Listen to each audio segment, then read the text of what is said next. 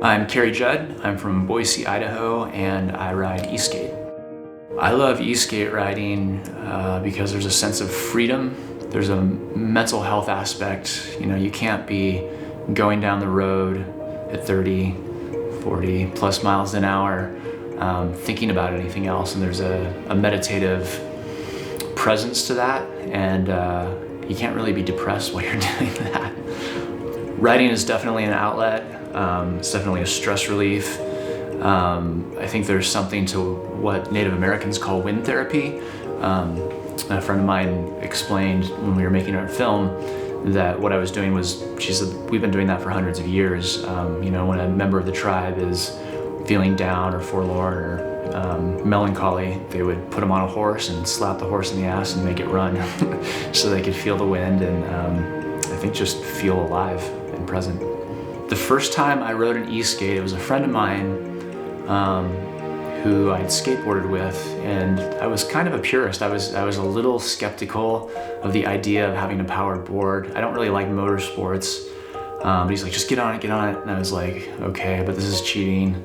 And then I got on and I did a circle around the neighborhood and I was like, holy shit, this is the best. In 2020, I lost both of my parents. I lost a friend to suicide. I lost my aunt. I lost my job.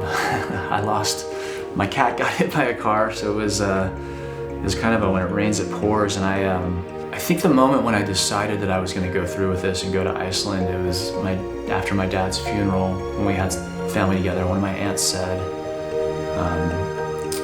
you know, Cary, there's no wrong way to grieve. And I think that was the moment where I was like, fuck it, I'm just gonna skate for a long time.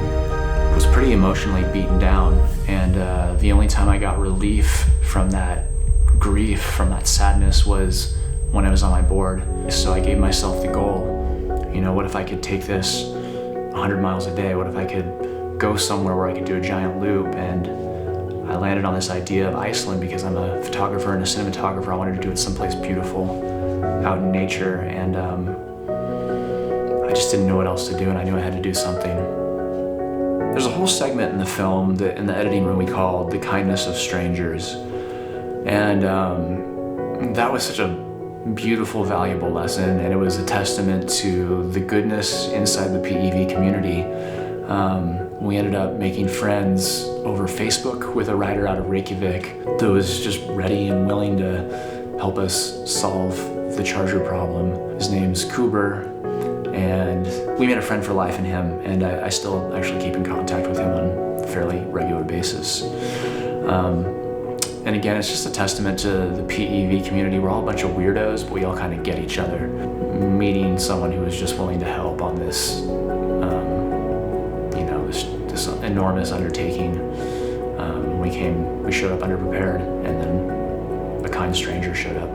On an emotional level, the experience of 828, I went into it thinking I know what I needed, thinking I know what I wanted, but what actually happened was what I really needed, and what I didn't even have the imagination to understand that I wanted. I felt very serendipitous that the disappointments became victories. What I thought were victories didn't matter. And even now when I go back and watch the film, it's a reminder of lessons that I learned as far as what we expect and what we want versus what we need. And everything that happened there was what I needed. And I came back feeling like a changed person. The feeling when I arrived back in Reykjavik was a super unique feeling. It wasn't necessarily a feeling of accomplishment, more so as a feeling of epiphany of what it all meant. Gosh, I don't even know how to explain that to someone. The only way to know is to go. Whatever your big idea is, life's really short, so I think you just gotta take a run at it to understand that feeling.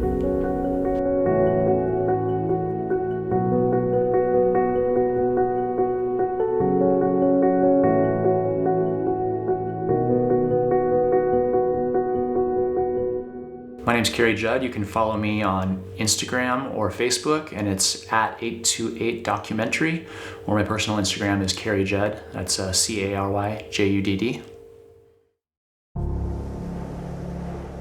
April 2020, my mom passed away. The morning of her funeral, I got a call that a friend of mine had taken his own life. In August, I lost my job. In November, my aunt passed away. And a few days before Christmas, I lost my dad. Oh yeah, and the global pandemic. The only thing that got me out of the house was riding my electric skateboard. At some point, I got this crazy idea that I wanted to be the first person to ride the ring road of Iceland, 828 miles. I'm riding across asphalt at close to 40 miles per hour, standing up, with nothing to hold on to. I get what you're going through, but maybe taking risks and putting your body on the line isn't the thing to do. But I think there's probably a bigger mental risk in not doing it at this point.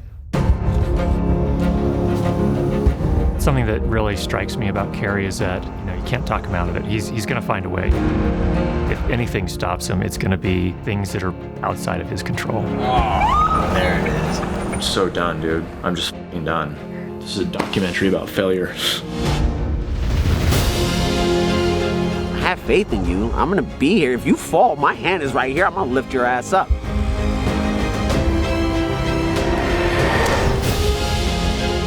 Since my dad died, there's been this voice in my head, and it's saying, move while you still can.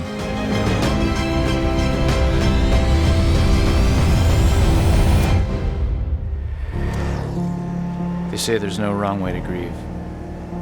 I hope that's true, because I chose this.